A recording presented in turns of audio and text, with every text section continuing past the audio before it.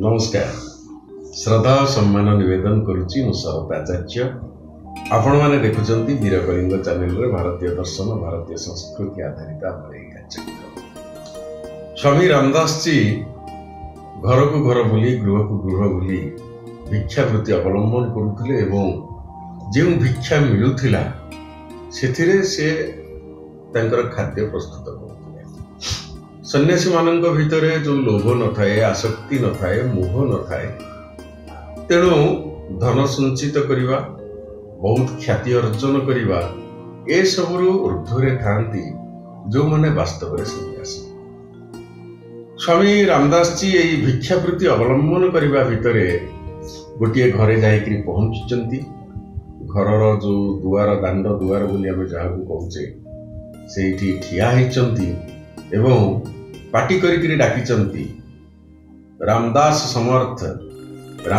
समर्थ भिक्षा दियो भिक्षा दियो।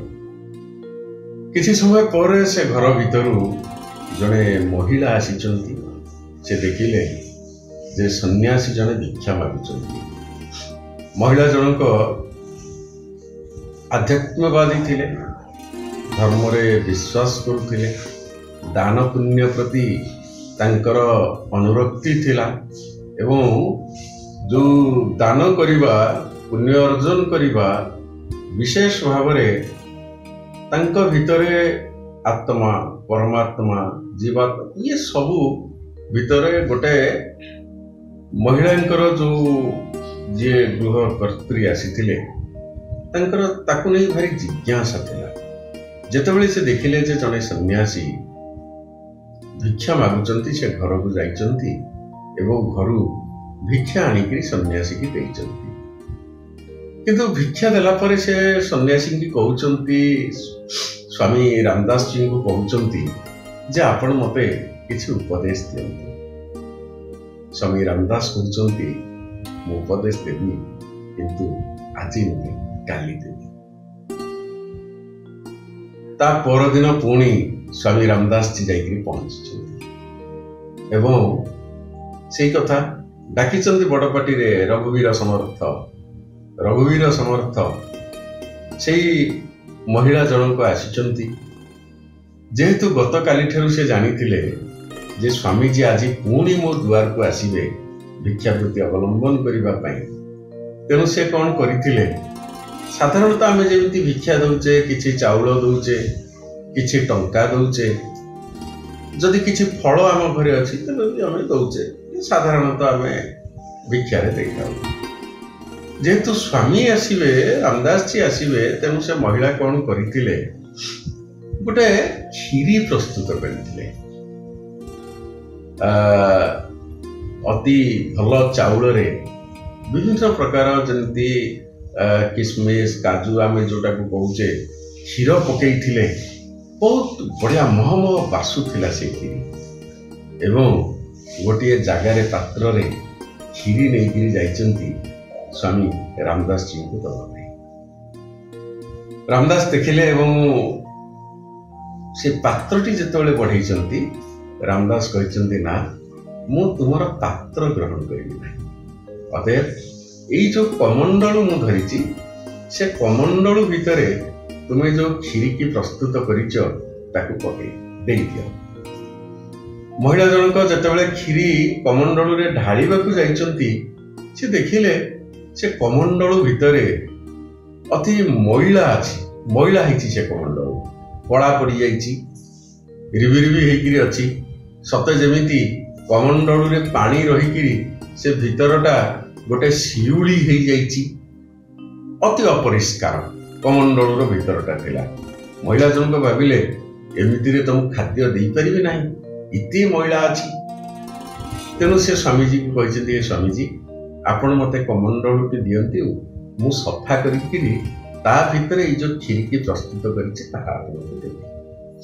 स्वामी जी ताको कमंडलू के दैछन्ती एवं से महिला गृहकर्त्री जीए कमंडलूटी नहीं अति जत्नर सहित परिष्कार कर जो मैला थिला जो कला कला जो कहते ना शिउली जमी सब ତାକୁ ପୁରା ଚିକ୍ ଚିକ୍ କରିଦେଇଛନ୍ତି କମଣ୍ଡଳଟି। ଦେଖିଲେ ଜଣା ପଡ଼ିବ ସତେ ଯେମିତି ଏ କମଣ୍ଡଳଟି ଗୋଟେ ନୂଆ କମଣ୍ଡଳ।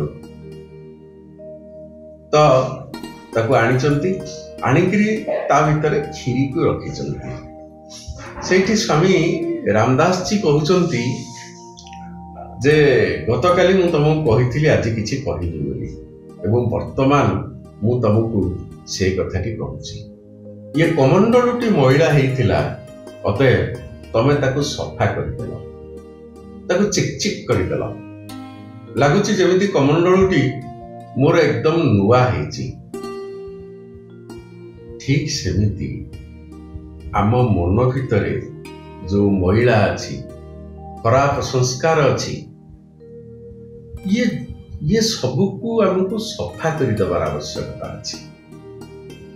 ମନ ଭିତରେ ଯୋଉ ବିକାର ମାନେ ଅଛନ୍ତି, ଯୋଉ ଖରାପ ସଂସ୍କାର ଭାବ ରହିଛି, ଗୋଟେ ଉପଦେଶାତ୍ମକ ଚିନ୍ତାଧାରା ଆମ ଭିତରେ ନାହିଁ।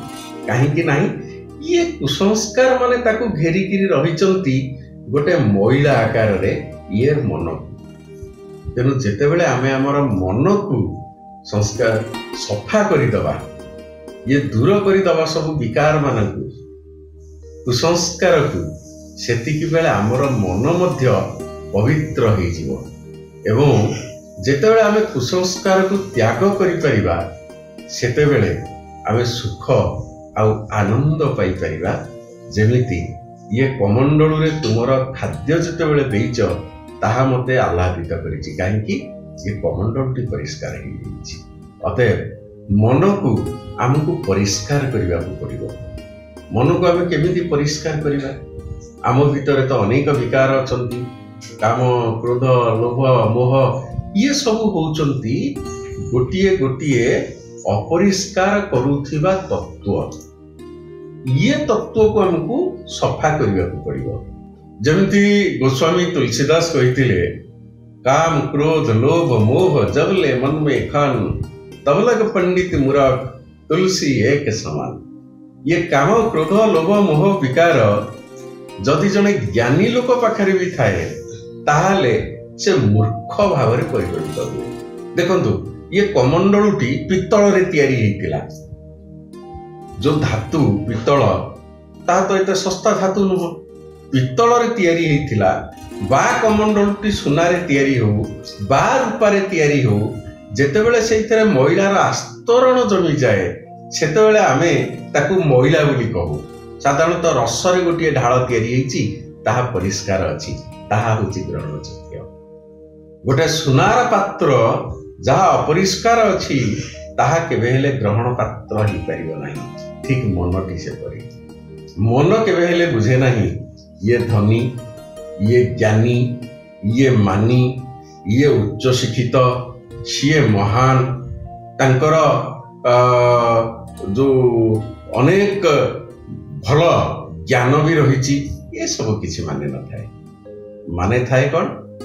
ଆମ ଭିତରେ ଯୋଉ କୁସଂସ୍କାର ଅଛି, ସେ ଯେ କେହି ବି ହେଇଥାଉ, ସାଧାରଣ ଲୋକଟିଏ ହେଇଥାଉ ବା ସମାଜର ଉଚ୍ଚ ବର୍ଗର ଲୋକଟିଏ ହେଇଥାଉ, ଯଦି ତା ଭିତରେ ସେ କୁସଂସ୍କାର ଭାବଟି ରହିଛି, ଯୋଉ ପର୍ଯ୍ୟନ୍ତ କୁସଂସ୍କାର ଭାବଟିକୁ ଆମେ ଦୂର କରିପାରିନାହେଁ, ସେ ପର୍ଯ୍ୟନ୍ତ ଆମକୁ ସୁଖ ଓ ଆନନ୍ଦ ପ୍ରାପ୍ତି ହେଇପାରିବ ନାହିଁ। ତେବେ ଏସବୁର ମୂଳରେ ଅଛି କ'ଣ? ଏସବୁର ମୂଳରେ ଅଛି ଅହଙ୍କାର। ଆମ ଭିତରେ ଯୋଉ ଅହଙ୍କାର ଜମାଟ ବାନ୍ଧିକିରି ରହିଛି, ଅହଙ୍କାର ଆମକୁ ବିପଥଗାମୀ କରଉଛି। ଅହଙ୍କାର ଆମକୁ କଳୁଷିତ କରିକିରି ରଖିଛି। ଏବଂ ଏଇ ଅହଙ୍କାରକୁ ଯେତେବେଳେ ଆମେ ଦୂର କରିପାରିବା, ସେତେବେଳେ ଆମର ଜୀବନ ସ୍ୱଚ୍ଛନ୍ଦ ହେଇପାରିବ, ସୁଖମୟ ହେଇପାରିବ, ନିରାମୟ ହେଇପାରିବ। ଏବଂ ଅହଙ୍କାରକୁ ଦୂର କରିବା ପାଇଁ ଆମର ଗୋଟେ ଯୋଉ ବାଟ ରହିଛି, ସେ ବାଟଟି କ'ଣ? ଆମକୁ ଅହଙ୍କାର ମୁକ୍ତ ହେବା ପାଇଁ ଅହଙ୍କାରକୁ ଛାଡ଼ିବା, ଅହଙ୍କାରକୁ ତ୍ୟାଗ କରିବା। କିନ୍ତୁ ତା ଅପେକ୍ଷା ଆହୁରି ଗୁରୁତ୍ୱପୂର୍ଣ୍ଣ ହେଉଛି ଆମେ ପ୍ରଥମେ ଅହଙ୍କାରକୁ ଜାଣିବା। ଯେତେବେଳେ ଆମେ ଜାଣିବା, ସେତେବେଳେ ଛାଡ଼ିବାର କଥା ଆସିବ। ଯେତେବେଳେ ପର୍ଯ୍ୟନ୍ତ ଆମର ଅଜ୍ଞ ଭାବ ଆମ ଭିତରେ ଅଛି, ଆମେ ଅହଙ୍କାରକୁ ଜାଣି ନାହିଁ, ଆମ ଭିତରେ ଯୋଉ ଅହଙ୍କାର ତାକୁ ଆମେ ଭାବୁଛେ ସମ୍ମାନ ବୋଲି, ତ ସେ ଅହଙ୍କାରକୁ ଯେତେବେଳେ ଜାଣିବା ସେତେବେଳେ ଛାଡ଼ିବା। ଆଉ ଜାଣିବା ଆଉ ଛାଡ଼ିବା ଇଏ ଜୀବନ ପାଇଁ ବି ସେତିକି ଗୁରୁତ୍ୱପୂର୍ଣ୍ଣ ଅଛି। ଅହଙ୍କାରକୁ ଜାଣିବା କେମିତି? ଅହଙ୍କାର ଦୁଃଖ ଦଉଛି, ଅହଙ୍କାର ସୁଖ ମଧ୍ୟ ଦଉଛି। ଗୋଟେ ଧାଡ଼ିରେ ମୋ ଆଗରେ ଯିଏ ଠିଆ ହେଇଛି ତାକୁ ଦେଖିକିରି ମୋତେ ନିଜକୁ ଦୁଃଖ ଲାଗୁଛି ଯେ ସେ ମୋ ଆଗରେ ଠିଆ ହେଇଯାଇଛି।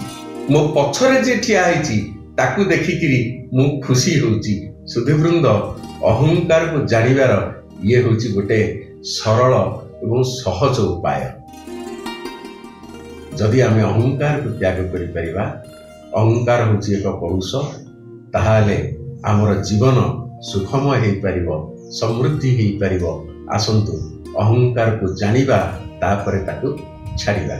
ରହୁଛି, ଧନ୍ୟବାଦ, ନମସ୍କାର।